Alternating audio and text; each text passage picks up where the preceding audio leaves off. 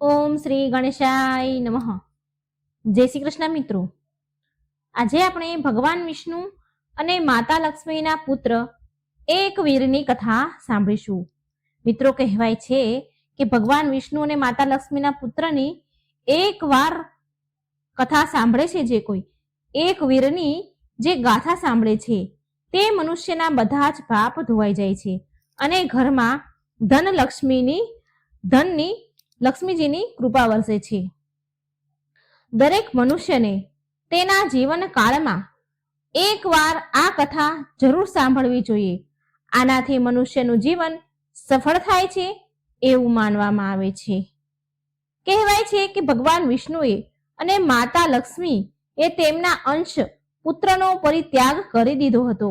ભગવાને તેમના પુત્રનો ત્યાગ કેમ કર્યો, શા માટે કર્યું અને એમના પુત્રનું પાલન પોષણ કોણે કર્યું, તેમના પુત્રના વિવાહ કોની સાથે થયા, એ બધી જ રહસ્યની વાત મિત્રો આ વાર્તામાં આપણે સાંભળીશું. માટે વિડીયો અંત સુધી સાંભળજો, મારી સાથે જોડાયેલા રહેજો. જો તમે આ વિડીયો સાંભળી જ રહ્યા છો મિત્રો, તો આ વિડીયોને અધૂરો ન છોડતા. પૂરી કથા એક વીરની ભગવાન વિષ્ણુ અને માતા લક્ષ્મીના પુત્ર એક વીરની કથા સાંભળવાથી જીવનમાં સુખ, સમૃદ્ધિ, શાંતિ આવે છે. માં લક્ષ્મીની અપાર કૃપા એના પર વરસે છે અને આ કથા સાંભળનાર પરમ ભાગ્યશાળી કહેવાય છે. તો મિત્રો, સાંભળીએ આપણે કથા. આ કથા સાંભળનાર વ્યક્તિને ધન્ય માનવામાં આવે છે. આ કથા સાંભળવાથી મનુષ્ય સ્વર્ગની પ્રાપ્તિ કરે છે અને તેના ઘરમાં ભગવાન વિષ્ણુ અને માતા લક્ષ્મીના આશીર્વાદ હંમેશા રહે છે. ચાલો સાંભળીએ ભગવાન વિષ્ણુ અને માતા લક્ષ્મીના પુત્ર એક વીરની કથા. ઓમ નમો ભગવતે વાસુદેવાય. જય મા લક્ષ્મી. એક વાર ભગવાન વિષ્ણુ સુંદર ઘોડાનું રૂપ ધારણ કરી વૈકુંઠથી ચાલી નીકળ્યા. જ્યાં માતા લક્ષ્મી એક ઘોડીનું સ્વરૂપ ધારણ કરીને તપસ્યા કરી રહ્યા હતા.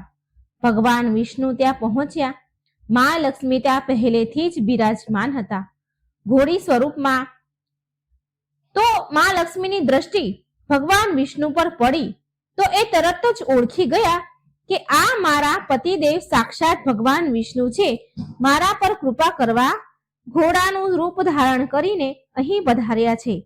મા લક્ષ્મીની આંખોમાં ખુશીના આંસુ આવી ગયા. યમુના અને તમસા નદીના સંગમને લોકો પવિત્ર માને છે. એ જ સ્થાન પર ભગવાન વિષ્ણુ અને માતા લક્ષ્મીજીનું મિલન થયું.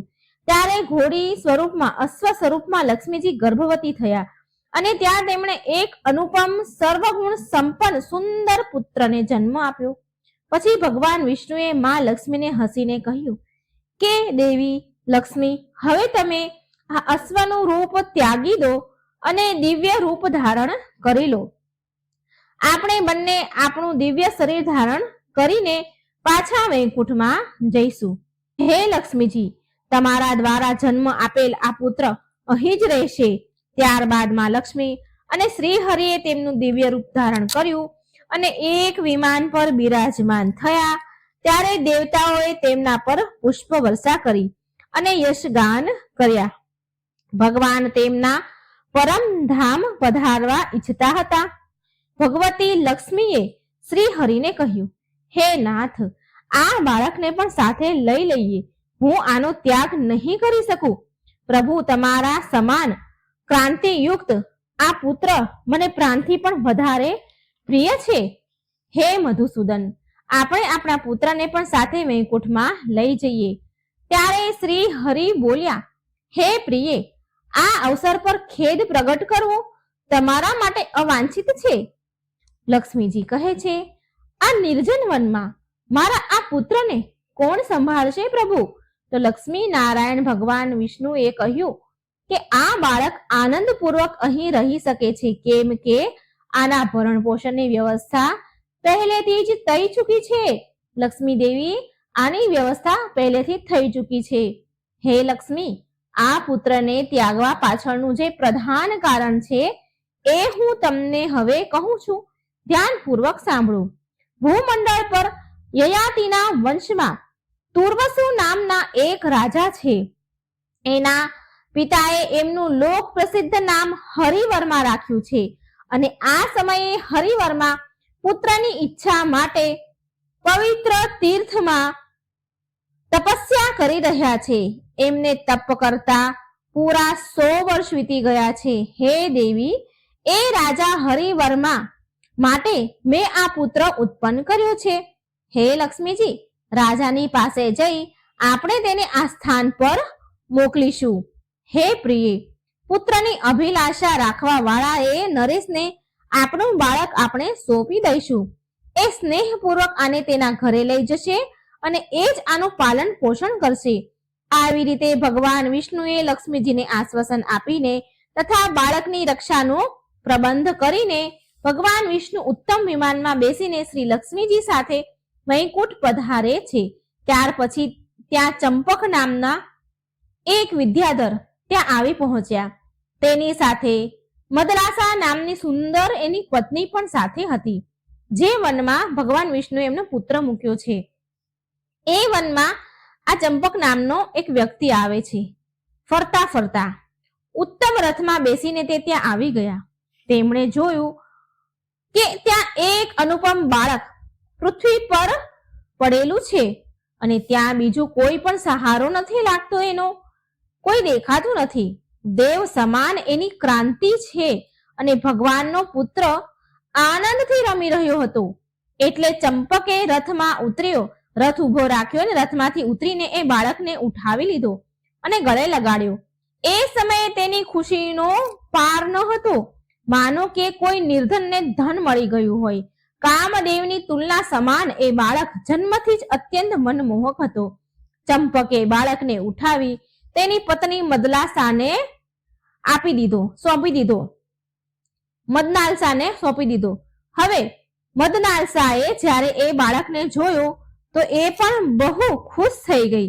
તેના આનંદનો કોઈ પાર ન રહ્યો, આનંદની સીમા ન રહી. વારંવાર તે બાળકના મુખ પર વાલ કરે છે, ચુંબન કરે છે અને હૃદયથી લગાડે છે. ત્યારે એ બોલી કે આ બાળક કોનું હશે? આપણે આ બાળકને આપણી સાથે લઈ જઈએ. ત્યાર પછી એ બંને પતિ પત્ની તે બાળકને લઈને રથમાં બેસી ગયા.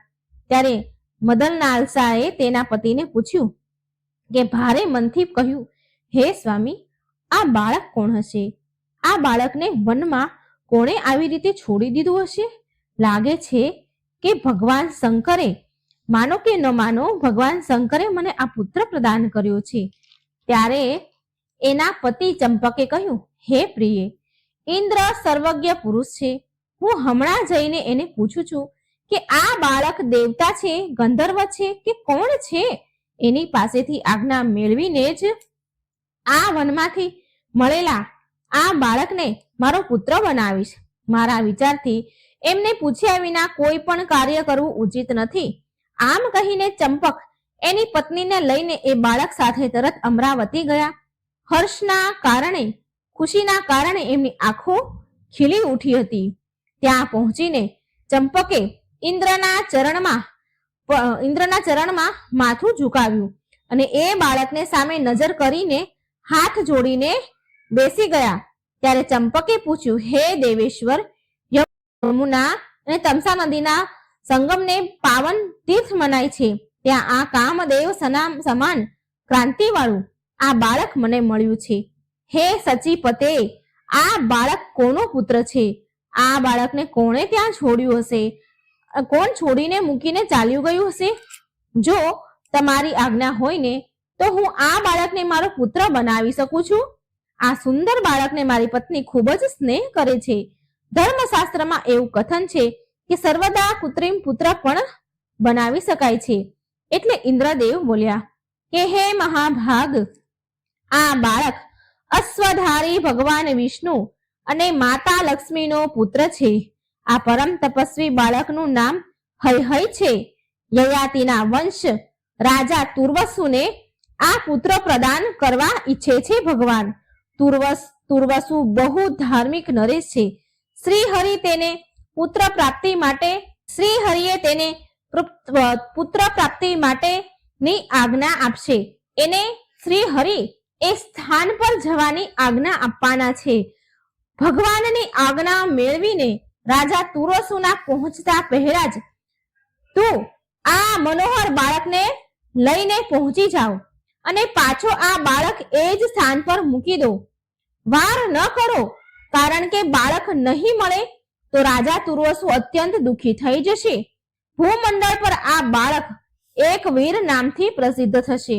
દેવરાજ ઇન્દ્રની વાત સાંભળી ચંપક એ જ ક્ષણે બાળકને લઈને ત્યાં ચાલતા થયા જ્યાંથી એને બાળક ઉઠાવ્યો હતો. ત્યાં જઈને મૂકી દીધો. ત્યાર પછી એ તેમના ઘરે પાછા આવી ગયા. એ જ સમયે જગત ગુરુ ભગવાન નારાયણ લક્ષ્મીજી સાથે વિમાન પર બેસીને તપ કરતા રાજા પાસે આવ્યા. રાજા હરિવર્માએ જોયું કે ભગવાન વિષ્ણુ વિમાનમાંથી નીચે ઉતરી રહ્યા છે તો રાજાને તો ખુશીનો કોઈ પાર ન રહ્યો અને ભગવાનના ચરણોમાં દંડવત પ્રણામ કર્યા. પૃથ્વી પર પડેલા પોતાના ભક્તને ભગવાને આશ્વાસન આપ્યું અને કહ્યું, વત્સ ઉઠો. એટલે રાજા હરિવર્માએ ભક્તિપૂર્વક ભગવાનની સ્તુતિ કરી કે હે દેવેશ્વર, અખિલ લોકના નાથ, હે કૃપાનિધિ, હે જગત ગુરુ, અજ્ઞાની જન માટે તમારા દર્શન જરૂર ને જરૂર દુર્લભ હતા. કેમ કે યોગી લોકો પણ તમારા દર્શન પામવા અસમર્થ છે. જેને આ સંસારમાંથી મોહ માયા છોડી દીધી છે તથા જે વિષયોથી વિરક્ત છે તેને જ તમારા દર્શન થાય છે. હે ભગવાન અનંત દેવ પ્રભુ, હું તો માત્ર આશા રાખીને બેઠો હતો કે હું તમારા દર્શન પામવાનો અધિકારી પણ ન હતો. આ પ્રકારે રાજા હરિવર્માએ ભગવાનની સ્તુતિ કરી. સ્તુતિ કરવાથી ભગવાન શ્રી હરિએ અમૃતમય વાણીથી કહ્યું, હે રાજન, હું તારી તપસ્યાથી સંતુષ્ટ છું, પ્રસન્ન છું અને હું તને વરદાન આપું છું કે તેનો સ્વીકાર કરો. આ સમયે ભગવાન હરિવર્મા સામે બિરાજમાન હતા. રાજાએ તેમના શ્રી ચરણોમાં નમન કર્યા. માથું ઝુકાવીને કહ્યું, હે મોરારી, મેં પુત્ર માટે તપ કર્યું છે. તમે તમારા જેવો પુત્ર મને પ્રદાન કરો. કૃપા કરો પ્રભુ. રાજા હરિવર્માની પ્રાર્થના સાંભળીને ભગવાન વિષ્ણુએ કહ્યું કે હે યયાતિ નંદન, તું યમુના અને તમસા નદીના પાવન સંગમના તીર્થ પર અત્યારે જ જા. તને જેવો જોઈએ છે ને એવો જ પુત્ર મેં ત્યાં તમારી માટે મૂક્યો છે. મારા વીર્યથી ઉત્પન્ન એ પુત્રમાં અસીમ શક્તિ છે. દેવી લક્ષ્મી એની જનની છે. તારા માટે જ મેં એને પ્રગટ કર્યો છે, ઉત્પન્ન કર્યો છે. માટે તું તેનો સ્વીકાર કર અને તેનું પાલન પોષણ કર. ભગવાન વિષ્ણુની વાણી બહુ જ મધુર હતી. તેને સાંભળી રાજા હરિવર્માના મનમાં પ્રસન્નતાની લહેરો ઉઠી. આમ ભગવાન રાજાને વરદાન આપી ભગવાન હરિ, શ્રી હરિ અને માતા લક્ષ્મી સાથે વૈકુંઠમાં ચાલ્યા ગયા. ભગવાનના ચાલ્યા ગયા પછી રાજા હરિવર્મા એક રથ લઈને ખુશખુશાલ થઈને ત્યાંથી ગયા જ્યાં એ વનમાં બાળક ભગવાને મૂક્યું હતું. ત્યાં જઈને હરિવર્માએ અત્યંત મનમોહક બાળકને જોયું જે જમીન પર રમી રહ્યો હતો તથા પગનો અંગૂઠો એક હાથથી પકડીને ચૂસી રહ્યો હતો. એની કાંતિ કામદેવ સમાન કાંતિ હતી. લક્ષ્મીજીના ઉદરથી પ્રગટ થયેલ એ બાળક ભગવાન નારાયણનો અંશ હતો. બાળક ભગવાન નારાયણનો અંશ હતો. શ્રી હરિના તુલ્ય એમાં શક્તિ હતી અને જોતા જ હરિવર્મા ખુશીથી ખીલી ઉઠ્યા. પ્રેમના સમુદ્રમાં ગોથા ખાતા રાજાએ તે બાળકને હાથમાં લીધો અને તેનું માથું ચૂમવા લાગ્યા. તેને છાતીએ લગાડ્યો. ખૂબ આનંદિત થયા, ખૂબ હર્ષ પામ્યા. એની આંખોમાંથી પ્રેમની આંસુની ધારા વહી રહી હતી. રાજાએ એ બાળકને કહ્યું કે હે બાળક, માતા લક્ષ્મી અને ભગવાન વિષ્ણુની કૃપાથી પ્રસાદ રૂપી તું મને પ્રાપ્ત થયો છે. નરક ભોગના દુઃખથી ડરીને મેં તારા જેવા પુત્ર પામવાને કઠોર તપસ્યા કરી હતી. તપસ્યાના 100 વર્ષ પૂરા થવા પર લક્ષ્મીકાંત ભગવાન નારાયણે સાંસારિક સુખ ભોગવવા માટે તને પુત્ર બનાવીને મને આપ્યો છે, મને સોંપ્યો છે. લક્ષ્મીજી તારી જનની છે. એમણે તને જન્મ આપીને મારી માટે છોડી દીધો છે અને હવે ભગવાન વિષ્ણુ અને મા લક્ષ્મી વૈકુંઠમાં પધાર્યા છે. એ માતાને ધન્ય છે જેને તારા જેવા હસમુખ બાળકને મારા ખોળામાં આપી દીધો છે. પુત્ર, તું સંસાર સાગર પાર કરવા માટે મારા માટે એક નાવ સમાન બનીને આવ્યો છે. નાવ સમાન છો તું. ભગવાન નારાયણ તારા નિર્માતા છે. આ પ્રકારે રાજા હરિવર્માએ એ પુત્ર લઈને એ નગર જવા નીકળી ગયા. હજી તો રાજા નગરીની નજીક પહોંચ્યા જ હતા કે એવા સમાચાર મેળવીને એમના મંત્રી મંડળ અને પ્રજા એમના સ્વાગત માટે ઊભી રહી ગઈ હતી. પુરોહિતો, બ્રાહ્મણો, પ્રજાઓ સાથે ભેટની સામગ્રી, સૂત, યશ ગાનારા તથા ગાય પણ સાથે લઈને તેમના આગમન માટે, તેમના સ્વાગત માટે પહોંચી ગયા હતા નગરવાસીઓ. નગરમાં પહોંચીને રાજા હરિવર્માએ વાતચીત કરી બધા સાથે, બધા ઉપર નજર નાખી આશ્વાસન આપ્યું. નગરના લોકોએ રાજા અને રાજાના પુત્રનું સન્માન કર્યું. ત્યારે રાજા હરિવર્માએ પુત્રને લઈને પ્રવેશ કર્યો નગરમાં. ત્યારે માર્ગમાં તેમના પર ફૂલોની વર્ષા થવા લાગી. પછી રાજા મહેલમાં આવ્યા. આનંદપૂર્વક પુત્રને હાથમાં લઈને તેની રાણીને સોંપી દીધો. એ સમયે પુત્રની કાંતિ કામદેવ સમાન તુલના કરી રહી હતી. રાજા હરિવર્માની પત્ની પણ ઘણી ધાર્મિક હતી, દયાળુ હતી. તેણે એ પુત્રને ખોળામાં લઈને રાજાને પૂછ્યું, હે મહારાજ, આ તેજસ્વી, આટલો સુંદર પુત્ર તમને ક્યાંથી મળ્યો? તમે મને જલ્દી બતાવવાની કૃપા કરો. તમને આ પુત્ર કોણે પ્રદાન કર્યો? આ બાળકને જોઈને મારું મન મારા વશમાં નથી રહ્યું. તો રાજાએ પ્રસન્ન થઈને રાણીને કહ્યું, હે પ્રિયે, ભગવાન શ્રી લક્ષ્મી નારાયણે મને આ પુત્ર પ્રદાન કર્યો છે. હે ભાગ્યવાન, આ મહાન શક્તિશાળી પુત્રની જનની સાક્ષાત ભગવતી લક્ષ્મીજી છે. ભગવાન વિષ્ણુના અંશથી આ બાળકનું પ્રાગટ્ય થયું છે. રાણીએ બાળકને જોઈને મગ્ન થઈ ગઈ. રાણીએ બાળકને લઈને ખૂબ જ આનંદ કર્યો. આનંદ પામી રાણી અને મોટો પુત્ર ઉત્સવ મનાવ્યો. ખૂબ મોટો ઉત્સવ મનાવવામાં આવ્યો. નગરમાં પ્રજાઓને પ્રચુર દાન આપ્યા. ગાજા વાજા સાથે મંગળ ગીત ગવાયા. રાજાએ એનું નામ એકવીર રાખ્યું. મહારાજ હરિવર્મા ઇન્દ્રની સમાન પરાક્રમી હતા. વિષ્ણુ ભગવાન સમાન ગુણવાળા પુત્રને પામીને રાજાને અપાર સુખ હતું. ખૂબ સુખી થયા. હવે પિતૃઋણથી પણ એ મુક્ત થઈ ગયા હતા. આવી રીતે દેવાધિદેવ ભગવાન નારાયણની કૃપાથી સર્વગુણ સંપન્ન પુત્ર મેળવીને ઇન્દ્ર તુલ્ય પરાક્રમી મહારાજ તેના ભવનમાં એની પત્ની સાથે આનંદથી રહેવા લાગ્યા અને સુખ શાંતિથી રહેવા લાગ્યા અને સુખ ભોગવવા લાગ્યા. પછી મહારાજ હરિવર્માએ બાળકના જાત કર્મ સંસ્કાર વગેરે સંસ્કાર એને સંપન્ન કરાવ્યા. લાલન પાલનની પૂરી વ્યવસ્થા કરી. બાળક બહુ જલ્દી દિવસે ને દિવસે મોટો થવા લાગ્યો. આ પ્રકારે પુત્ર જને હેતુ સાંસારિક સુખ મેળવીને મહાત્મા નરેશ એના મનમાં એ અનુભવ કર્યો. એમણે રાજા હરિવર્માને એવો અનુભવ થયો કે હવે મારા ત્રણેય ઋણ ચૂકવાઈ ગયા છે. છઠ્ઠા મહિનામાં બાળકનું વિધિપૂર્વક અન્નપ્રાશન વિધિ કરી. બીજા વર્ષમાં મુંડન સંસ્કાર કર્યા. પ્રત્યેક સંસ્કાર વિધિમાં બ્રાહ્મણોની પૂજા કરવામાં આવી. પુષ્કળ દાન, ગાયો પણ દાનમાં અપાવવામાં આવી. વિવિધ દાનથી યાચકોને સંતુષ્ટ કરવામાં આવ્યા. 11મા વર્ષે રાજાએ યજ્ઞોપવિત સંસ્કાર કર્યા અને ધનુર્વેદ ભણાવવાની વ્યવસ્થા કરી. જ્યારે રાજા હરિવર્માએ જોયું કે રાજકુમારે ધનુર્વિદ્યા શીખી લીધી છે અને રાજા ધર્મના બધા પ્રકારથી સારી રીતે અવગત થયા છે, ત્યારે તેના મનમાં વિચાર આવ્યો કે હવે રાજ્ય અભિષેક કરી દેવો જોઈએ. એક વીર્યનો પુષારક યોગમાં બહુ આદર સાથે અભિષેકની જરૂરી જે સામગ્રી હતી એ બધી એકઠી કરી. સંપૂર્ણ શાસ્ત્રોના જ્ઞાન વેદ જ્ઞાની બ્રાહ્મણ શાસ્ત્રીઓ બોલાવવામાં આવ્યા. રાજાએ રાજકુમારનો વિધિપૂર્વક રાજ્ય અભિષેક પૂરો કરાવ્યો. આ શુભ અવસર પર રાજાએ બધા તીર્થો અને સમુદ્રના જળથી રાજાનો હૈ એક વીરનો અભિષેક કર્યો.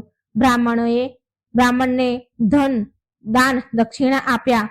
પછી રાજાએ કુમાર એકવીરને રાજગાદી પર બેસાડ્યો. એકવીરને રાજા બનાવીને યોગ્ય મંત્રીઓને નિયુક્ત કર્યા. પછી રાજા અને રાણી બંને વનમાં ચાલ્યા ગયા. તેમણે તેની ઇન્દ્રિયોને વશમાં કરી અને મૈનાક પર્વતના શિખર પર એનું ત્રીજું વાનપ્રસ્થાન આશ્રમ વિતાવા લાગ્યા. એ જંગલના પાન ફળ ખાઈને ભગવાન શિવની આરાધના કરવા લાગ્યા. આમ રાજા રાણીની દિનચર્યા વીતવા લાગી. પ્રારબ્ધ કર્મ શેષ થવાથી તેમનું પંચભૂતોનું શરીર શાંત થઈ ગયું અને તેમના શુભ કર્મોના પ્રભાવથી તેને સ્વર્ગલોકમાં સ્થાન મેળવ્યું. પિતાજીનો સ્વર્ગવાસ થઈ ગયો છે. આ સાંભળીને એક વીરે તેમના પુત્રએ તેના માતા પિતાના વૈદિક વિધિ અનુસાર અગ્નિ સંસ્કાર કર્યા. પિતાની બધી જ વિધિ ક્રિયા સંપન્ન થયા પછી એ મેઘાવી રાજકુમાર મેઘાવી સાથે મળીને રાજ્ય પર શાસન કરવા લાગ્યા. એ પણ બહુ મોટા ધર્મજ્ઞ પુરુષ હતા.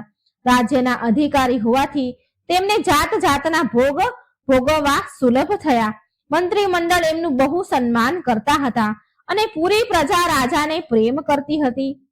એક સમયની વાત છે કે પ્રતાપી રાજા એકવીર તેમના મંત્રી કુમાર સાથે ઘોડા પર સવાર થઈને ગંગાના તટ પર ગયા.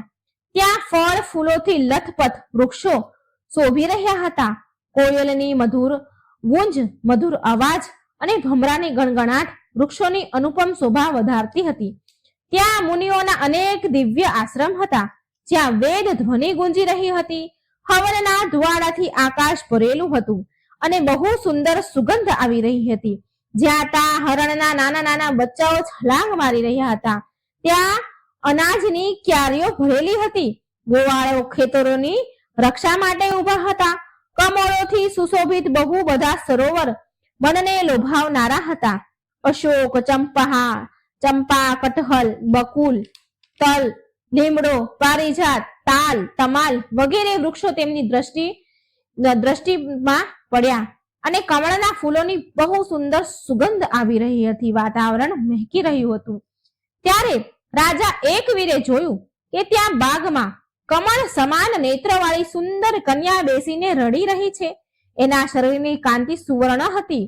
મનોહર લાંબા કાળા વાળ હતા. શંખ સમાન હોઠ તો જાણે એવા લાગતા હતા કે જાણે ગુલાબ હોય. કમર પતલી હતી. નાસિકા પણ બહુ સુંદર હતી.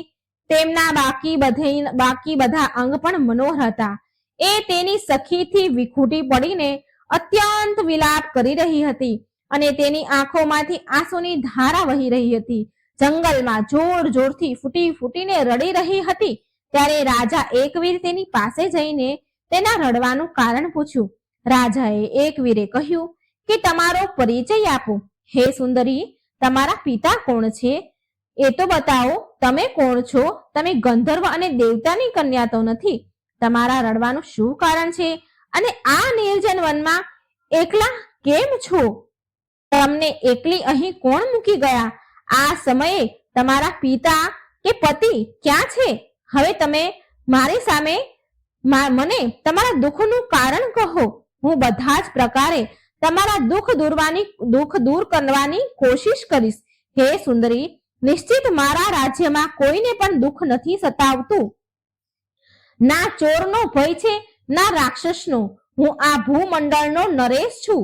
મારા શાસનકાળમાં ભયંકર ઉત્પાતો હોવા એ અસંભવ છે. ક્યાંય પણ કોઈને વાઘ કે સિંહ એક કણ માત્ર પણ નુકસાન નથી પહોંચાડતા. મારા રાજ્યમાં તો તમે અસહાય થઈને કેમ દુઃખી છો? તમને શેનું દુઃખ છે?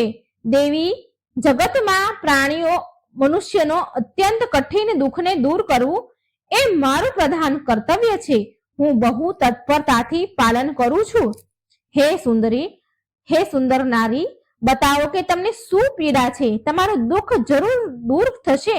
આ પ્રકારે એક વીર રાજાએ મધુર વાણીમાં કહ્યું અને આ મધુર વાણી સાંભળીને કોયલ કંઠી કન્યા બોલી કે હે રાજન, સાંભળો, હું મારા શોકનું કારણ કહું છું તમને. હે રાજન, વિપત્તિ હું જ છું તો પ્રાણીઓ કેમ રડે? હે મહાબલી, હું તમને મારા રડવાનું કારણ કહું છું, મારા દુઃખનું કારણ કહું છું. તમારા રાજ્યથી અન્ય એક પરમ ધાર્મિક રાજા છે. એમનું નામ રેવ્યુ છે. તેમની પત્ની રૂપરેખા નામથી પ્રસિદ્ધ છે. રાજાને કોઈ સંતાન નથી. રાણી રૂપરેખા એ કારણે બહુ દુઃખી રહેતા હતા. એમને કોઈ સંતાન ન હતા. રાણી રૂપરેખા બહુ સુંદર હતા, કાર્યમાં કુશળ, પતિવ્રતા અને સંપૂર્ણ શુભ લક્ષણોથી સંપૂર્ણ હતા. પુત્રના ન હોવાથી દુઃખી થઈને રૂપરેખાએ તેના પતિ રાજાને કહ્યું કે હે સ્વામી, મારા આ જીવનનું શું પ્રયોજન છે? આ વ્યર્થ જીવનને ધિક્કાર છે કે સંતાનહીન વાંજણી સ્ત્રી આ જગતમાં ક્યારેય સુખ નથી પામતી. આ પ્રકારે રાજાની પત્ની દુઃખી થઈ રહી હતી અને આ પ્રકારે પત્નીથી પ્રેરણા મેળવીને રાજા રેવ્યએ ઉત્તમ પુત્રેષ્ઠી યજ્ઞ કરવા માટે તૈયાર થઈ ગયા હતા. તેમણે યજ્ઞ માટે વિશેષ બ્રાહ્મણોને બોલાવ્યા. પછી વિધિપૂર્વક યજ્ઞ સંપન્ન કર્યા. પુત્રની અભિલાષાથી એ રાજાએ શાસ્ત્રોના કહ્યા પ્રમાણે પશુ, ધન, દાન પણ આપ્યા. યજ્ઞમાં નિરંતર ઘીની આહુતિઓ આપવામાં આવી. અગ્નિદેવ બહુ ઝડપથી પ્રભાવિત થઈ રહ્યા હતા. ત્યાર પછી યજ્ઞમાંથી એક સુંદર કન્યા નીકળી. એ બહુ શુભ લક્ષણોથી પૂર્ણ હતી, સર્વગુણ સંપન્ન હતી. જ્યારે મનોહર કન્યા અગ્નિમાંથી પ્રગટ થઈ ત્યારે બ્રાહ્મણોએ જે હવન કરાવી રહ્યા હતા તેમણે તેની પાસે બેસાડી દીધી. ત્યારબાદ સુંદર કન્યાને લઈને રાજાને કહ્યું કે હે રાજન, તમે આ પુત્રીને લઈ લો, સ્વીકારો. આ કન્યા બધા જ ઉત્તમ લક્ષણોથી સંપન્ન છે. હવન કરતા સમયે અગ્નિમાંથી આ કન્યાની ઉત્પત્તિ થઈ છે. આ એવી જણાય છે કે માનો કે હીરા મોતીની શેર હોય. જગતમાં આ કન્યા એકાવલી નામથી પ્રસિદ્ધ થશે. હે ભૂપાલ, પુત્રની તુલના કરવા વાળી આ કન્યાને પામીને તમે સુખી થશો. રાજન, ભગવાન વિષ્ણુએ તમને આ કન્યા પ્રદાન કરી છે. આ કન્યાને સંતાન રૂપમાં મેળવીને સંતોષ કરો, એ તમારા માટે ઉત્તમ છે. વિદ્વાન બ્રાહ્મણોની વાત સાંભળીને એ કન્યાની તરફ જોયું રાજાએ અને તેમણે અત્યંત પ્રસન્ન થઈને ખોળામાં એ કન્યાને બેસાડી અને તેની પત્ની રૂપરેખાને સોંપી દીધી. મનને મંત્ર મુગ્ધ કરનારી એ કન્યાની આંખો કમળ સમાન સુંદર હતી. એને મેળવીને રાણી રૂપરેખાને બહુ જ આનંદ થયો. એવા ખુશ થયા માનો કે જાણે તેને પુત્ર રત્ન મળ્યો હોય. જાત કર્મ વગેરે શુભ માંગલિક સંસ્કાર વિધિ પૂરી કરાવવામાં આવી. યજ્ઞના અંતમાં રાજાએ બ્રાહ્મણોને ખૂબ જ દાન દક્ષિણા આપ્યા. બ્રાહ્મણો ત્યાંથી વિદાય થયા. રાજા રેવ્યએ ખુશીની એની તો કોઈ સીમા ન હતી. પુત્ર સમાન તેનું પાલન પોષણ કરવા લાગ્યા. રાણી રૂપરેખા પણ આનંદનો અનુભવ કરવા લાગી. એ સમયે રાણીના આનંદનો પાર ન હતો. રાજાના મહેલમાં એવી રીતે ઉત્સવ ઉજવવામાં આવ્યો હતો કે જાણે પુત્રનો જન્મ થયો હોય. આમ માનીને માતા પિતા અત્યંત સ્નેહની દ્રષ્ટિથી જોવા લાગ્યા એ કન્યાને અને પ્રેમ કરીને પાલન પોષણ કરવા લાગ્યા. હે રાજન મહાબલી, હું એ જ રાજા રેવ્યના મંત્રીની કન્યા છું. મારું નામ યશોવતી છે. હું અને એકાવલી બંને સમાન ઉંમરની છીએ.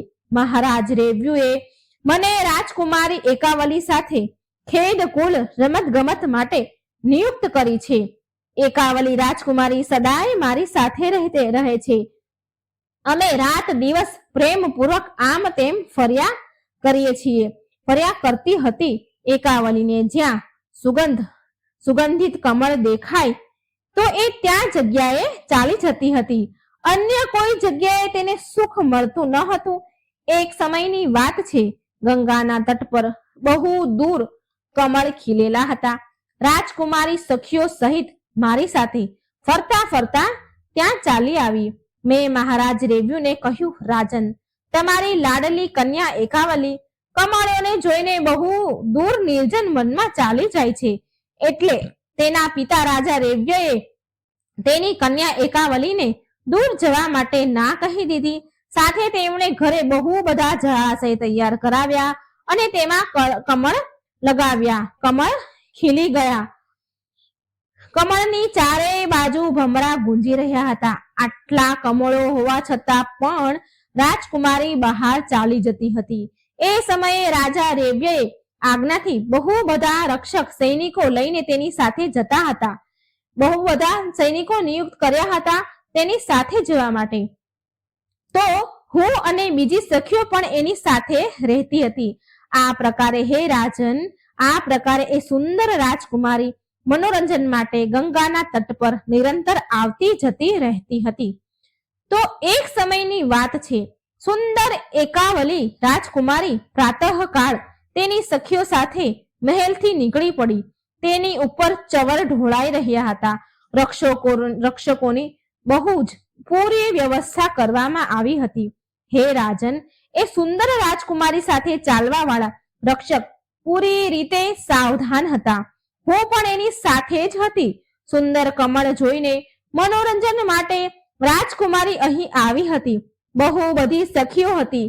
જ્યારે હું અને એકાવલી રમવામાં વ્યસ્ત હતી એ સમયે અકસ્માત રૂપ એક પ્રચંડ દાનવ ત્યાં આવી ગયો. એનું નામ કાલકેતુ હતું. બહુ બધા રાક્ષસ એની સાથે હતા. એ બધા રાક્ષસોની ભુજાઓ પરિધો, તલવાર, ગદા, ધનુષ્ય, બાણ અને તોમરોથી સુશોભિત હતા. રાજકુમારીના મનોહર રૂપને જોઈને તે દુષ્ટ કાલકેતુની આંખો પર દુષ્ટ કાલકેતુની આંખો એકાવલી ઉપર પડી. એની નજર પડી. હે રાજન, એ જ સમયે મેં એકાવલીને કહ્યું કે હે કમળનયની, જો આ દાનવ આવી રહ્યો છે માટે આપણે સૈનિકો પાસે ચાલ્યા જઈએ. રક્ષણ કરવા વાળા સૈનિકો આપણી રક્ષા કરશે. હે રાજન, અમે આમ વિચાર કરી જ રહ્યા હતા કે ત્યારે ત્યાં કાલકેતુ હાથમાં વિશાળ ગદા ઉઠાવીને અમારી પાસે આવી ગયો. દાનવના પ્રભાવથી સૈનિકો દૂર હટી ગયા. ત્યારે કમળનયની એકાવલી એ આ રાક્ષસના હાથમાં આવી ગઈ. એના હાથમાં આવી ગઈ, પકડાઈ ગઈ.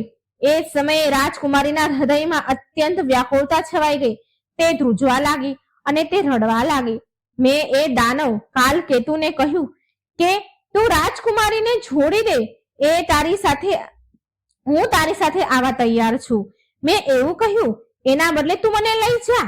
પરંતુ એણે મારી એક વાત ન સાંભળી અને એ એકાવલીને લઈને એ દૈત્ય ચાલ્યો જાય છે. રક્ષકોએ કહ્યું, ઉભા રહો, ઉભા રહો. સૈનિકોએ ઘણું કહ્યું પણ સૈનિકોની વાત પણ એને ન માની અને સૈનિકોએ દૈત્યને રોક્યા. એટલે ભયંકર લડાઈ થઈ, યુદ્ધ છેડાયું. એ દૈત્યની સાથે યુદ્ધ કરવાથી બહુ બધા સૈનિકો મૃત્યુ પામ્યા. મહાબલી દૈત્ય કાલકેતુએ બધા રક્ષકોને મારી નાખ્યા. એ રાજકુમારી તેના અધિકારમાં આવી ગઈ. ત્યાર પછી દાનવોની સેના સાથે એ રાજકુમારીને લઈને તે દૈત્ય તેના નગરમાં ચાલ્યો જાય છે. કાળકેતુના પકડમાં આવેલી રાજકુમારી ખૂબ જ રડી રહી હતી. એની પાછળ પાછળ હું પણ જઈ રહી હતી. એ જ્યાં જ્યાં જાય ત્યાં હું જતી હતી. મારો અભિપ્રાય એવો હતો, મારું કહેવું કે માનવું એવું હતું કે મારી સખી એકાવલી મને જોશે ને તો એને થોડી ધીરજ થશે, શાંત થશે, ધીરજ ધારણ કરી શકશે. અને થયું પણ એવું જ.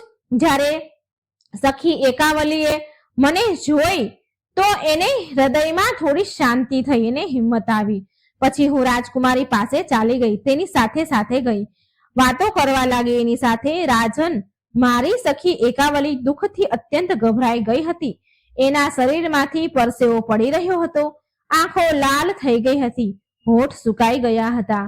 આ બાજુ કાલકેતુએ મને કહ્યું કે તારી સખી એકાવલી ડરી ગઈ છે. તું એને આશ્વાસન આપી મારો સંદેશ કહે. હે પ્રિયે, મારું નગર સ્વર્ગ સમાન સુખદાયી છે. હવે તું એની સમીપ આવી જ ગઈ છે તો એને તું કહી દે હું એનો દાસ બની ગયો છું. તો પછી તું આટલી કરુણા સાથે કેમ વિલાપ કરી રહી છે? તું એને સમજાવ, તું એને કહી દે કે હું એનો દાસ બની ગયો છું. તું આટલી કરુણા સાથે વિલાપ ન કર. હે કમળનયની, તું શાંત થઈ જા, સ્વસ્થ થઈ જા.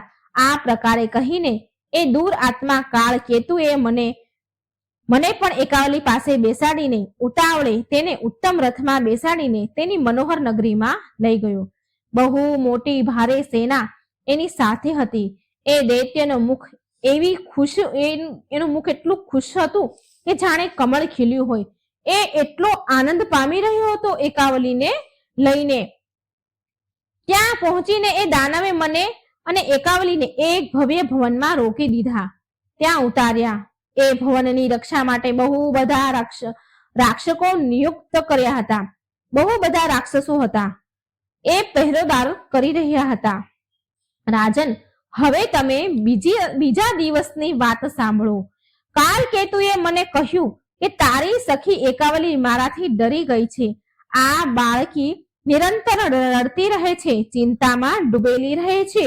તું આને સમજાવ કે હે સુંદરી, સુંદર મુખવાળી સુંદરી, તું મારી પત્ની બનીને મન માનીતું સુખ ભોગવ. એ ચંદ્રવદની, હવે આ રાજ્ય પર તારો અધિકાર રહેશે. હું સદા માટે તારો સેવક બનીને રહીશ. એ દાનવ વારંવાર આ વાક્ય બોલી રહ્યો હતો. એ સાંભળીને મેં ખરો જવાબ આપી દીધો. મેં એ દાનવને કહ્યું કે હે રાજન, આવી અપ્રિય વાત મારી સાથે ન કર. આવી અપ્રિય વાત મારા મુખેથી નહીં નીકળે. તું સ્વયં તેને કહી દે. પછી એના કથન અનુસાર મારી પ્યારી સહેલી એકાવલી વિનયપૂર્વક એને કહ્યું કે હે દૈત્ય, દૈત્યએ મારી સખીને કહે છે કે હે દૈત્ય, હે કમળ નયની, તે મારા ઉપર જાદુ કર્યો છે. હું તારાથી મોહિત થઈ ગયો છું. હે કાંતે, તારી સુંદરતાથી હું મોહિત થઈ ગયો છું. મારું હૃદય હવે તારા આધીન છે. હવે હું તારા વશમાં છું, એમાં કોઈ સંશય નથી. હે કલ્યાણી, તું મને પતિ બનાવી લે, મને સફળ કરી દે. તે કાલકેતુ એકાવલી સાથે આવી વાત કરી રહ્યો છે. એકાવલીએ કહ્યું કે રાજકુમાર હૈ બહુ ભાગ્યશાળી પુરુષ છે. એની સાથે મારા વિવાહ કરવા માટે મારા પિતાએ નક્કી કરી લીધું છે. હું મનમાં તેને વરી ચૂકી છું. એટલે એક કન્યા માટે સનાતન ધર્મનું પાલન કરવું અનિવાર્ય છે. હવે હું એનો પરિત્યાગ કરીને કોઈ બીજાને મારો પતિ ન બનાવી શકું. અમારો આ શાસ્ત્રીય સિદ્ધાંત છે. એ વાત તમે પણ સારી રીતે જાણો છો કે પિતા તેની કન્યાને જેની સાથે વિવાહ કરવાનું નક્કી કરે છે, તે કન્યાને એને પતિ બનાવવો જ પડે છે. તે કન્યા તેને જ પતિ બનાવે છે જે એના પિતા નક્કી કરે છે. કન્યા સદા માટે પરતંત્ર છે. તેની જાતે એ કઈ પણ નિર્ણય નથી લઈ શકતી. હે રાજન, એકાવલીના આમ કહેવા છતાં પણ દૂર આત્મા કાલ કેતુએ તેના નિશ્ચયથી ડગ્યો નહીં. એ રાજકુમારી પર મોહિત થઈ ચૂક્યો હતો. એ ભવનમાં અનેક પહેરેદારો છે. મારી પ્રાણ પ્રિય સખી એકાવલી અત્યંત કષ્ટમાં છે. તેની જ વિરહમાં હું દુખી છું અને હું રડી રહી છું. ત્યારે એક વીર બોલ્યા, હે કન્યા, મને મહાન આશ્ચર્ય થઈ રહ્યું છે કે એ દુરાચારી કાલકેતુના નગરમાંથી તું અહીં કેવી રીતે આવી? હું આનું રહસ્ય સાંભળવા માંગુ છું. એક વીર રાજકુમાર કહે છે કે રાજકુમારીનું કથન એવું છે કે એના પિતા હૈ સાથે કન્યાદાન કરવાનું એમણે નક્કી કર્યું છે. આ પણ મને સંદેહ જેવું લાગે છે. અને મારું જ નામ રાજા હૈ છે. આ નામનો બીજો કોઈ નરેશ નથી. તારી સુંદર આંખો વાળી સખી મારા માટે જ કહી રહી હતી. હે દેવી, તું મારા આ સંદેહને દૂર કર. ત્યારબાદ હું એ અધન રાક્ષસને મારીને એકાવલીને મારી પત્ની બનાવી લઈશ. હે સુંદરી, જો તું કાળકેતુનું સ્થાન ક્યાં છે એ મને જણાવી દે, તો મને બતાવી દે કે એકાવલીના પિતા રાજા રેવ્યુએ આ સમાચાર તે આપ્યા છે કે નહીં. રાજકુમારીના પિતાને આ વાતની ખબર છે કે નહીં? રાજકુમારી બહુ કષ્ટ પીડા સહન કરી રહી છે. જેની આવી પ્યારી લાડલી દીકરીનું અપહરણ થઈ જાય અને તેને જાણ ન હોય તો આ વાતથી તો એ કેટલા દુઃખની વાત છે, કેટલા આશ્ચર્યની વાત છે કે એના પિતાને સ્વયં ખબર નથી, અથવા રાજા રેવ્યને આ જાણ છે તો રાજકુમારીને છોડાવવા માટે પ્રયત્ન કેમ નથી કરી રહ્યા? મને ઘણો સંદેહ થાય છે, આશ્ચર્ય થાય છે. આ વાત મને કઈ સમજાતી નથી. એક દીકરી એના પિતા માટે કેટલી અમૂલ્ય હોય છે. એ કન્યા કારાગારમાં દુઃખ ભોગવી રહી છે. આ જાણીને રાજા કેમ તે ચૂપ બેઠા છે, એના પિતા કેમ ચૂપ બેઠા છે? એ શક્તિહીન તો નથી થઈ ગયા ને? હે કલ્યાણી, તું મને જલ્દી આ વાત કહે, મને બતાવ, આ બધું શું છે? આનું કારણ શું છે? હવે મારા હૃદયમાં એ અભિલાષા જાગી રહી છે કે એ સુંદરીને અત્યંત સંકટમાંથી છોડાવીને ક્યારે હું સુખી જોઉં. આ વાતની એના પિતાને જાણ છે કે નહીં? એ ક્યાં છે, કેવી છે, બધું મને બતાવ. એ સાંભળવા માંગુ છું તારી જોડેથી. કાળકેતુની અત્યંત દુર્ગમ નગરીમાં જવાનો શું ઉપાય છે? યશોવતી બોલી, હે રાજન, હું બાળપણથી જ ભગવતી જગદંબાની ભક્ત છું. ભગવતી જગદંબાના બીજ મંત્રનું ધ્યાનપૂર્વક જપ કરવાનું હું જાણું છું. એક સિદ્ધ બ્રાહ્મણની કૃપાથી મને આ મંત્ર પ્રાપ્ત થયો હતો.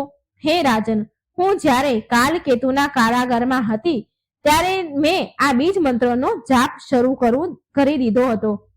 આમ તો હું પ્રચંડ પરાક્રમી ચંડિકા દેવીની આરાધના હું નિરંતર કરતી રહું છું. ઉપાસના સ્તુતિ કરવાથી ભગવતી બંધનમાંથી મુક્ત કરી દે છે. આ નિશ્ચિત છે. ભક્તો પર કૃપા કરવા વાળી દેવી શક્તિ બધું જ આપવામાં પૂર્ણ સમર્થ છે. માં ભગવતી તેમના સામર્થ્યથી જગતનું સર્જન અને પાલન કરે છે તથા કલ્પના અંતમાં સંસારનો સંહાર પણ તેમના પર નિર્ભર છે. હું આમ મનમાં વિચારીને જે વિશ્વની અધિષ્ઠાત્રી છે, જેના કલ્યાણમય સૌમ્ય વિગ્રહ છે, જે લાલ રંગના વસ્ત્ર ધારણ કરે છે, આંખોમાં લાલીમાં ઝળકે છે, એ ભગવતી જગદંબાનું ધ્યાન કરવા લાગી. મનમાં ને મનમાં ભગવતીના રૂપનું સ્મરણ કરીને હું બીજ મંત્રનો જપ કરવા લાગી. સમાધિ લગાવીને દેવીની ઉપાસનામાં હું 1 મહિના સુધી બેઠી રહી. પછી મારી ભક્તિથી પ્રસન્ન થઈને ભગવતી ચંડિકાએ મને સ્વપ્નમાં દર્શન દીધા અને કહ્યું, તેમણે મને અમૃતમય વાણીમાં કહ્યું, કેમ સૂતી છો? ઉઠ અને અત્યારે જ ગંગાના પાવન તટ પર ચાલી જા. પ્રધાન નરેશ હૈ તને ત્યાં મળશે. એ બહુ બળવાન છે. બાહુબલી નરેશનું નામ એક વીર છે. સંપૂર્ણ શત્રુને કુચડવાની શક્તિ એની અંદર છે. મુનિવર દત્તાત્રેય મારા બીજ મંત્રનો તેને સારી રીતે અભ્યાસ કરાવ્યો છે. માટે અપાર ભક્તિ સાથે રાજા એકવીર મારી ઉપાસનામાં નિરંતર રહે છે. એના મનથી ક્યારેય હું અલગ નથી રહેતી. એ સદા મારી પૂજામાં સંલગ્ન રહે છે. એની નિશ્ચિત ધારણા છે આ મારી ઉપાસના સિવાય એ બીજું કંઈ નથી જાણતા. એ મહાપતિ ભૂપાળ દ્વારા તારું સંકટ દૂર થશે. ભગવતી લક્ષ્મી એની જનની છે, એની માતા છે. ફરતા ફરતા એ ગંગાના તટ પર આવશે અને તારા રક્ષક બનશે. રાજા એકવીરના હાથે કાલકેતુનું મૃત્યુ નિશ્ચિત છે. એ રાજાના હાથે કાલકેતુ ગ્રાસ બનશે અને રાજકુમારી એકાવલી એના બંધનમાંથી મુક્ત થઈ જશે. ત્યાર પછી શાસ્ત્રમાં પારંગત એ હૈ રાજકુમાર સાથે એકાવલીના વિવાહની વ્યવસ્થા તું કરાવી દેજે. આ પ્રકારે સપનામાં મને જગદંબાએ દર્શન દીધા અને પછી આમ કહીને અંતર ધ્યાન થઈ ગયા. મારી પણ ઊંઘ ઉડી ગઈ અને સપનાની બધી ઘટના અને દેવીની આરાધનાની વાતો મેં રાજકુમારી એકાવલીને કહી સંભળાવી. આ સાંભળી કમળનયની સુંદરી એકાવલીનું મુખ મંડળ પ્રસન્નતાથી ખીલી ઉઠ્યું. તેણે મને કહ્યું કે હે પ્રિય, તું જલ્દી ત્યાં પહોંચીને મારું કાર્ય સિદ્ધ કરવા મારી મદદ કર. ભગવતીની વાણી અમોધ છે. તેની કૃપાથી આપણે બંને જરૂરથી બંધનથી મુક્ત થઈ જશું. હે રાજન, સખી એકાવલીના પ્રેમપૂર્વક આદેશ આપવાથી મેં નિર્ણય કર્યો કે હવે આ સ્થાન પરથી દૈત્ય નગરીમાંથી નીકળવું જ ઉત્તમ છે. હે રાજકુમાર, હું એ જ ક્ષણે ચાલી નીકળી. મને કોઈએ રોકી ટોકી પણ નહીં. પરમ આરાધ્ય ભગવતીની કૃપાથી રસ્તાની જાણકારી અને ઝડપથી ચાલવાની શક્તિ મારામાં આવી ગઈ. આ બધું જ મારા દુઃખનું કારણ છે, જે મેં તમને બતાવ્યું. હે વીર, જેવો મેં મારો પરિચય આપ્યો છે, હવે એમ તમે તમારું પરિચય પણ આપો. તમે કોણ છો અને તમારા પિતાનું નામ શું છે? ત્યારે રાજા એકવીરે કહ્યું, હા, હું ભગવતી લક્ષ્મીનો પુત્ર એકવીર છું. હું જ હૈ છું. મારું નામ જ એકવીર છે. લક્ષ્મીજી મારી માતા છે. તમે સર્વપ્રથમ તમારી સખી એકાવલીની સંપૂર્ણ જગતને ત્રસ્ત કરવા વાળું રૂપનું વર્ણન કર્યું છે. તેનાથી મારું મન પણ વ્યાકુળ થઈ ગયું છે. તમે જે કહ્યું કે કાળકેતુ દૈત્ય સામે એકાવલીએ કહ્યું કે એકાવલીએ એવું કહ્યું કે હું હઈ હઈને વરણ કરી ચૂકી છું, તેના સિવાય બીજા કોઈને હું સ્વીકાર નહીં કરું. આ વાત નિશ્ચિત છે હે યશોવતી રાજકુમારી. ના આ કથનથી હું વધારે તેનો દાસ બની ગયો છું. હે શાંતિ, મને બતાવો કે હવે મારે શું કરવું જોઈએ. હે સુલોચની દુરાત્મા કાળકેતુના નગરથી, હે હું બિલકુલ અજાણ છું, હું એને નથી જાણતો, એના નગરથી હું અજાણ છું. હે વિશાલક્ષી, હું તારી પાસેથી ઉપાય જાણવા માંગુ છું, મને ત્યાં પહોંચાડવામાં મદદ કરો. તમારી સખી એકાવલી જ્યાં રહે છે ત્યાં હું જલ્દી જઈ શકું એવી વ્યવસ્થા કરો. રાજકુમારી એકાવલી તમારી પ્રિય સખી છે, એ રાક્ષસના આધીન થઈને અત્યંત દુઃખ ભોગવી રહી છે. મારા પ્રયાસથી રાજકુમારીના બધા સંકટ ટળી જશે અને એ પછી એના નગરમાં આવી જશે. પછી રાજકુમારી એકાવલીને તેના પિતા પાસે હું પહોંચાડી દઈશ. રાજા રેવ્યુને તેની પુત્રીના વિધિ વિધાનથી વિવાહ મારી સાથે કરાવી દેશે. હે પ્રેમ વદે, તમારા સંયોગથી મારી મનગમતી વાતો પૂરી થઈ શકે છે, માટે તમે જલ્દીથી જલ્દી કાળકેતુની નગરી બતાવીને મારું પરાક્રમ જોઈ લો. હે વરવરણીની, પારકી સ્ત્રીને અપનાવવા વાળા એ પાપી રાક્ષસને જે પણ પ્રકારે મારવામાં સફળ થઈ શકું એવું યત્ન કરો, એવો ઉપાય કરો. સૌથી પહેલા તો તમે કાળકેતુના દુર્ગમ નગરનો માર્ગ મને બતાવો. રાજકુમાર એક વીરની વાત સાંભળીને યશોવતી ખુશીથી ઝૂમી ઉઠી. એટલે કે એને સારું લાગ્યું, એટલે કે એ બોલી કે હે રાજન, ભગવતીનો બીજ મંત્ર સિદ્ધ પ્રદાન કરવા વાળો છે, સિદ્ધિ પ્રદાન કરનારો છે. તમે પહેલા તેની દીક્ષા લઈ લો, ત્યાર પછી હું તમને કાળકેતુની નગરી જ્યાં બહુ બધા રાક્ષસો પહેરો ભરે છે તે બતાવીશ. હે મહાભાગ, ત્યાં મારી સાથે જવા માટે તમે તૈયાર થઈ જાઓ અને સાથે વિશાળ સેના પણ તૈયાર કરી લો, કેમ કે ત્યાં યુદ્ધ થવાની નિશ્ચિત સંભાવના છે. કાલકેતુ બહુ મોટો પરાક્રમી દૈત્ય છે, બહુ બધા બળવાન રાક્ષસો તેની સાથે હોય છે, માટે મંત્રનો અભ્યાસ કરીને જ તમે મારી સાથે ચાલી શકશો. બીજ મંત્રનો અભ્યાસ કરીને જ ચાલી શકશો. હું પાપી કાલકેતુની નગરી તમને બતાવવાની પૂરી કોશિશ કરીશ. યશોવતીનું કથન સાંભળીને એક વીર એ જ સમયે મંત્રની દીક્ષા લઈ લે છે. દત્તાત્રેય ભગવાન જ્ઞાનીઓમાં શિરોમણી માનવામાં આવ્યા છે. સંયોગવશ ત્યાં તેમનું શુભ આગમન થયું. તેમણે જ યોગેશ્વરીના મહામંત્રનો ઉપદેશ એક વીરને આપ્યો હતો. ભગવતીના આ મંત્રને ત્રિલોકી તિલક કહેવાય છે. આ મંત્રના પ્રભાવથી રાજા એક વીરને બધું સર્વત્ર જાણવાની યોગ્યતા પ્રાપ્ત થઈ ગઈ. કાળકેતુના અત્યંત દુર્ગમ નગર માટે તરત જ પ્રસ્થાન કરી ગયા. એ નગર રાક્ષસોથી ભરાઈ ગયું હતું, માનો કે સંપૂર્ણ પાતાળ રક્ષા કરી રહ્યું હોય. યશોવતી અને એક વીર એક વિશાળ સેના સાથે પહોંચી ગયા ત્યાં કાલકેતુના નગરમાં. કાલકેતુના દૂતો ભયથી ગભરાઈ ગયા. બહુ જોરથી બૂમો પાડતા કાલકેતુ પાસે પહોંચ્યા. એ સમયે કાલકેતુ દૈત્ય એકાવલી પાસે બેસીને પ્રાર્થના કરી રહ્યો હતો. દૂતોએ ત્યાં જઈને કહ્યું, હે રાજન, આ કામિની સાથે આવનારી એની સખી યશોવતી નામક એક સ્ત્રી આવી રહી છે. તેની સાથે એક રાજકુમાર છે. મહારાજ, ખબર નહીં કે એ ઇન્દ્ર પુત્ર જયંત છે કે શંકર પુત્ર કાર્તિકેય છે. એક મોટી ભારે સેના લઈને બળ અને અભિમાનમાં ચૂર થઈને એ અહીં આવી રહ્યો છે. હે રાજન, તમે સાવધાન થઈ જાઓ, યુદ્ધનો અવસર આવી ગયો છે. એ દેવપુત્ર સમાન છે, તેની સાથે યુદ્ધ કરો. આ કમળનયની સાથેનો સ્નેહ છોડી દો. હે રાજન, શત્રુ સેના નજીક આવી ગઈ છે, માત્ર 3 યોજન દૂર રહી છે. તમે જલ્દી સાવધાન થઈ જાઓ. દુંદુભીન વગાડવાની આજ્ઞા આપો. દૂતોની વાત સાંભળી કાલકેતુ ક્રોધથી લાલ થઈ ગયો અને બેભાન થઈ ગયો, મૂર્છિત થઈ ગયો. ત્યાર પછી ભાનમાં આવ્યો. એટલે ત્યાર પછી તેની પાસે રાક્ષસ છત્રધારી સૈનિકો વિદ્યમાન હતા. ત્યાર પછી તેણે સૈનિકોને કહ્યું કે તમે બધા અસ્ત્ર શસ્ત્ર લઈને શત્રુની સામે જાઓ. એ સમયે રાજકુમારી એકાવલી અત્યંત દુઃખી થઈ અને વ્યવસ્થા પૂર્વક તેની પાસે બેઠી હતી. કાલકેતુએ કહ્યું કે હે સુંદરી કમળનયની, આ કોણ આવી રહ્યું છે? તારા પિતા છે કે બીજો કોઈ પુરુષ છે? તને લેવા માટે સેના સહિત આવનારાનો સાચો પરિચય મને આપો. તારા પિતા વિરહ પામીને તારાથી દૂર થઈને દુઃખી થઈને શું લેવા માટે આવી રહ્યા છે? જો મને ખબર હશે કે આ તમારા પિતા છે તો હું તેની સાથે યુદ્ધ નહીં કરું. તેમને સાદર અને આદર સાથે ઘરે બેસાડીશ. રત્ન શસ્ત્ર અને ઘોડા ઉપહાર આપીશ. મારા ઘરે પધારવા પર તેની અતિથિ સત્કાર કરાવીશ. પરંતુ જો કોઈ બીજો રાજા હશે તો હું એમને તીક્ષ્ણ બાણોથી મારી નાખીશ. મારામાં અપાર બળ છે, મને કોઈ જીતી શકતું નથી. મારા આ પ્રભાવને જાણીને કયો મૂર્ખ અહીં આવ્યો છે? ક્યાં મૂર્ખનું અહીં આગમન થયું છે?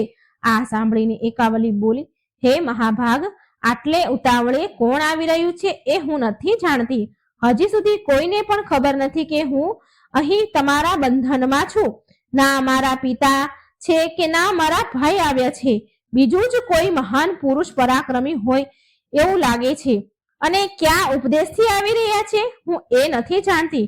એટલે કાલકેતુ બોલ્યા, આ તમારી સખીનું કોઈ ષડયંત્ર છે.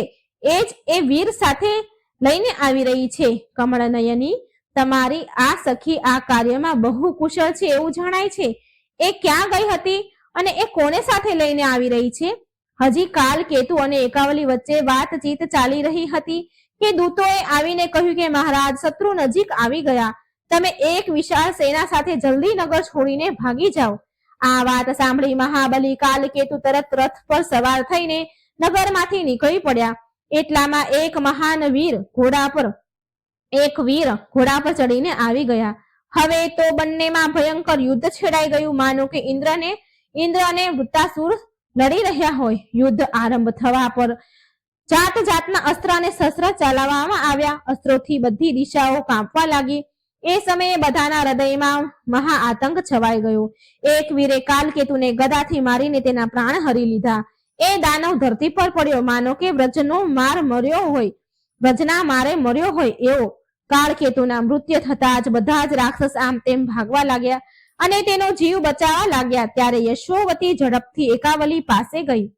તેના મનમાં અસીમ આનંદ ભરેલો હતો. તેની મધુર વાણીમાં એકાવલીને આશ્ચર્ય થાય એવા વચન કીધા. સખી, અહીં પધારો. જુઓ, આ દાનવને મહાભાગ એક વીરે માર્યો છે. આ દાનવ મહાભાગ એકવીરના પ્રયાસથી સદા માટે સૂઈ ગયો છે. આ બહુ બુદ્ધિમાન પુરુષ છે. આ વીર પુરુષ બહુ કઠણ લડાઈ કરે છે. આ સમયે એ રાજા એકવીર અત્યંત થાકી જવાના કારણે બહાર દ્વાર પર જ બિરાજમાન થઈ ગયા છે. તેના મનમાં તને જોવાની અત્યંત ઈચ્છા છે, કારણ કે એ તમારા રૂપ અને ગુણની વાતો સાંભળી ચૂક્યા છે. રાજકુમારીએ સુંદર રાજકુમારને જોવાની, હે રાજકુમારી, તમે કૃપા કરો.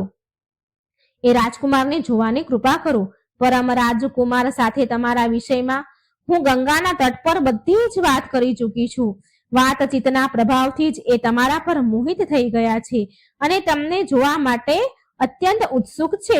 યશોવતીની વાત સાંભળી રાજકુમારી એકાવલીના મનમાં તેને જોવાની ઈચ્છા થઈ, પરંતુ હજી એ કુમારી હતી માટે એ ભયથી ગભરાઈ ગઈ. તેના મનમાં એક સંકોચ હતો. એને વિચાર્યું કે હું એક કુમારી કન્યા છું, કેવી રીતે રાજકુમારનું મુખ જોઈશ? આમ વિચાર કરી એકાવલી પાલખીમાં બેસીને યશોવતી સાથે ચાલી અને દ્વાર પર પહોંચી, પણ એનું મુખ ઉદાસ હતું. મેલી સાડી પહેરેલી હતી. વિશાળ નેત્રવાળી રાજકુમારી આવી ગઈ. આ જોઈ રાજકુમાર એકવીરે તેને કહ્યું કે હે કલ્યાણી, દર્શન આપો. તમને જોવા માટે મારા નેત્ર તરસી રહ્યા છે. એકવીર અત્યંત આતુર હતા અને એકાવલી લજ્જા શરમથી વ્યાકુળ હતી. શરમને મારે એ વ્યાકુળ હતી. આ જોઈને નીતિ વિશે પૂરી જાણકાર તથા શિષ્ટ પુરુષોનું માર્ગદર્શન કરવા વાળી યશોમતીએ એકવીરને કહ્યું કે હે રાજકુમાર, આના પિતા એકાવલીના પિતા એકાવલીને તમને જ આપવાના છે. આ રાજકુમારી તમારા આધીન હશે અને તેનો સાથ તમને જરૂર મળશે. આ નિશ્ચિત છે, પરંતુ રાજન, થોડા સમયની પ્રતીક્ષા કરો અને તમે પહેલા આ રાજકુમારીને તેના પિતા પાસે પહોંચવાની, એના પિતા પાસે એને સોંપવાની વ્યવસ્થા કરો. એના પિતા જ વિવાહની વિધિ સંપન્ન કરીને તમારા વિવાહ કરાવશે રાજકુમારી સાથે. યશોવતીની વાત સાંભળી ધર્માત્મા એકવીરે સત્યમાની અને યશોવતી અને એકાવલી સાથે લઈને તેની સેના સહિત રાજા રેવ્યના નગરમાં ગયા. પુત્રીના આવવાના સમાચાર સાંભળીને રાજા રેવ્ય પ્રેમપૂર્વક મંત્રી સાથે તેના આગમન સ્વાગત માટે ગયા. બહુ દિવસ બાદ મેલા વસ્ત્ર ધારણ કરનારી એમની પુત્રી એમને જોવા મળી. પછી યશોવતીએ વિસ્તારપૂર્વક બધી વાત તેના પિતાને કહી. ત્યાર પછી એકવીર અને રાજા રેવ્યનું પરસ્પર મિલન થયું. રાજા તેને લઈને તેમના મહેલ આવ્યા. પછી વિવાહનું આયોજન કર્યું. વિધિપૂર્વક પાણી ગ્રહણ સંસ્કાર થયા. કર્યાવર આપીને રાજાએ સારી રીતે એકવીરનું સન્માન કર્યું. ત્યાર પછી કન્યાને વિદાય કરી અને સાથે યશોવતીને પણ મોકલી. આ પ્રકારે વિવાહ થઈ ગયા. પછી રાજા એકવીરના ખુશીનું કોઈ ઠેકાણું ન રહ્યું. હવે એ તેમના મહેલ પહોંચ્યા અને તેમની પ્રિય પત્ની એકાવલી સાથે જાત જાતના સુખ ભોગવવા લાગ્યા. એકાવલીના ગર્ભથી એક સુંદર પુત્ર જન્મ્યો, જેનું નામ કૃતવીર્ય નામથી પ્રખ્યાત થયા. એ કૃતવીર્યના પુત્ર કાર્તવીર્ય થયા. તો મિત્રો, આ પ્રકારે મેં તમને આજે ભગવાન વિષ્ણુ અને માતા લક્ષ્મીના થી જન્મેલ પુત્ર એકવીર્યની ચરિત્રની ગાથા સંભળાવી છે. આ ગાથાને જે કોઈ સાંભળે છે એ પરમ ભાગ્યશાળી કહેવાય છે. જો તમે આ કથા સાંભળી રહ્યા હોય તો આને અધૂરી ન છોડતા પૂરી સાંભળજો. પૂરી સાંભળવાથી પુણ્ય ફળ મળે છે, એનો ચમત્કાર તમને જોવા મળશે. તો હે મા લક્ષ્મી, હે ભગવાન વિષ્ણુ, જે કોઈ આ કથા સાંભળે તેના અન્નધનના ભંડાર ભર્યા રાખજો, તેમને સર્વ સુખ પ્રદાન કરજો, સારું આરોગ્ય આપજો. જો આ કથા તમને સારી લાગે તો કમેન્ટમાં જય મા લક્ષ્મી, જય ભગવાન વિષ્ણુનું નામ જરૂર લખજો. જય શ્રી કૃષ્ણ. રાધે રાધે. Thank you.